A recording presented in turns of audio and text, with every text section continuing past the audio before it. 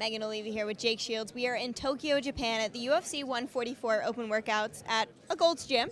But anyway, Jake, this is not your first time fighting in Japan. What is the difference between your other fights and coming here with the UFC?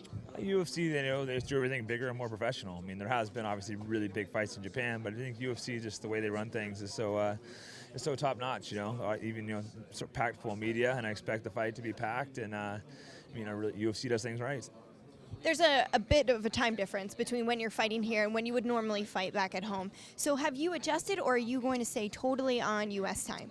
I'm trying to stay on U.S. time, which is, for me, it's difficult because for some reason, I have a tendency of always just staying awake really late wherever I'm at and waking up late. But I'm trying to, here being fighting in the morning, I'm trying to make sure to go to bed and get up early. First day here so far, I went to bed pretty early and got up early, and hopefully I can stay in that schedule all week.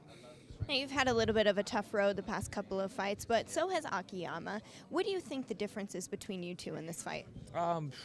We both really need to come back strong. I expect him to come out strong as well, but I think I've just put everything into this fight. I feel like the camp's gone perfect, peaked out right, and I want to go out there and make an example of him.